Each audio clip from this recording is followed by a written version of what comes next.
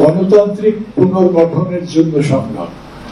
Constitution হচ্ছে একটা vehicle, সেই ভেহিকলে আমরা ওই রিকনস্ট্রাকশনের দিকে এগোবো।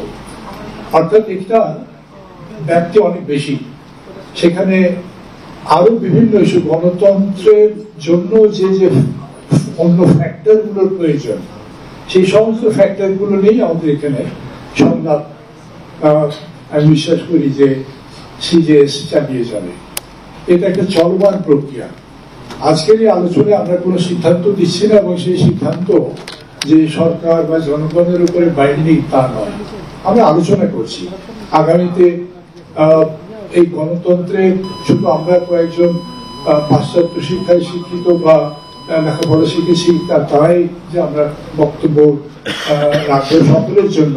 কবি সেটা বলেছে, কৃষক কই, শ্রমিক কোথায়, এবং বিভিন্ন ধরনের শ্রমিক আছে, তারা কোথায়, তাদের বক্তব্য আমি বিশ্বাস করি যে শোনা হবে, তাদের প্রত্যাশাগুলিও শোনা হবে।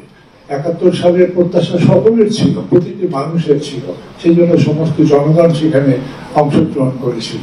এবং প্রথমে একটা সুন্দর কথা বলে গেছে এই তরুণ ছাত্ররা, যে ছাত্রনেতারা, যে ৭১-এর যে প্রত্যাশা আর ২৪-এর যে প্রত্যাশা, এর মধ্যে ব্যতিক্রম খুব একটা বেশি নেই।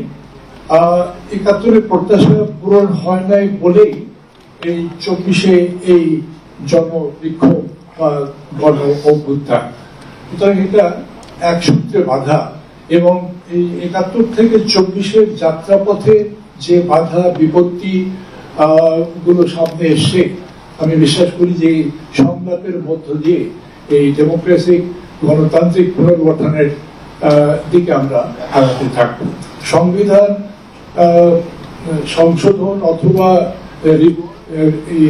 তার নতুন সংবিধান, সেটাও আলোচনার মধ্যে ঠিক হবে, কিন্তু সেটা নিয়ে যাবে আমাদেরকে এই গণতান্ত্রিক পুনর্গঠনের দিকে।